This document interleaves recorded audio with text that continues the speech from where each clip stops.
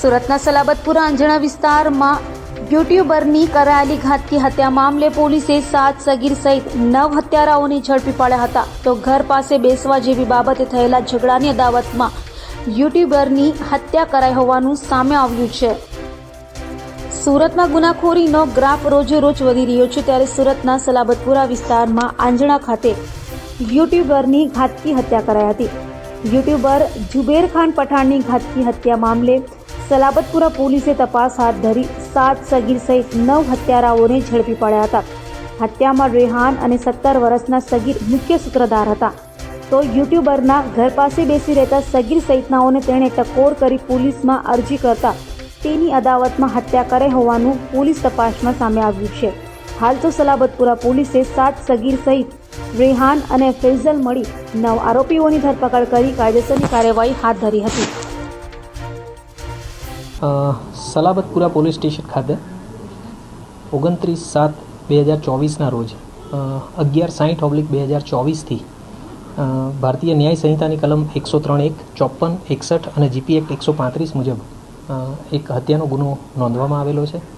આ જે બનાવ છે આંજણા ફાર્મ અનવરનગર પાસે બનેલો છે અને એમાં જે મુખ્ય આરોપી છે એ રેહાન ઉર્ફે ગોરા સમીર શેખ, જે ઉંમર વર્ષ 18, અને એની સાથે ફૈઝલ ઉર્ફે તરોપા ઉર્ફે ભૂખા શેખ ફરીદ શેખ હમીદ, જેની ઉંમર વર્ષ 18 છે. આ બે આરોપીઓની સાથે અન્ય કાયદાના સંઘર્ષમાં આવેલા 7 કિશોર પણ આમાં ગુનામાં ઇન્વોલ્વ હતા. આ બનાવ જે છે એ ભૂતકાળમાં જે મરણ જનાર છે એની સાથે થયેલી માથાકૂટ છે, એના કારણે બનવા પામેલો છે. અને હાલે જે 2 મુખ્ય આરોપી અને એની સાથે 7 કાયદાના સંઘર્ષમાં આવેલા કિશોર, એ તમામને અરેસ્ટ અને ડિટેઇન કરી લેવામાં આવેલા છે. અને જે એમાં પુખ્ત વયના જે 2 આરોપી છે એમના રિમાન્ડ મેળવી અને એમની પૂછપરછ અને આગળની તપાસની કાર્યવાહી ચાલુમાં છે. આમાંથી કોઈ પણ આરોપીઓ કે કાયદાના સંઘર્ષમાં આવેલા કિશોરો જે છે એમનો ભૂતકાળ તપાસતા હાલે એવી કોઈ પણ ઘટનામાં તેઓ સંડોવાયેલા હોય એવું ધ્યાને આવેલ નથી. આરોપીઓને એટલું તો શું જરૂર નતું કે મન્નાર પર 34 ઘઉં માની તેની હત્યા કરવામાં આવી?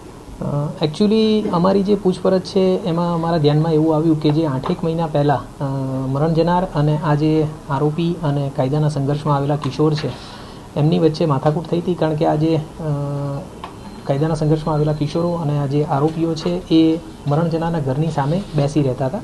જે વસ્તુ મરણ જનારને પસંદ નહોતી એના કારણે એમની વચ્ચે બોલાચાલી પણ થઈ હતી અને માથાકૂટ પણ થઈ હતી. તો એ બદલાની ભાવનાના કારણે થઈ અને પછી આ બનાવ બનવા પામેલો છે.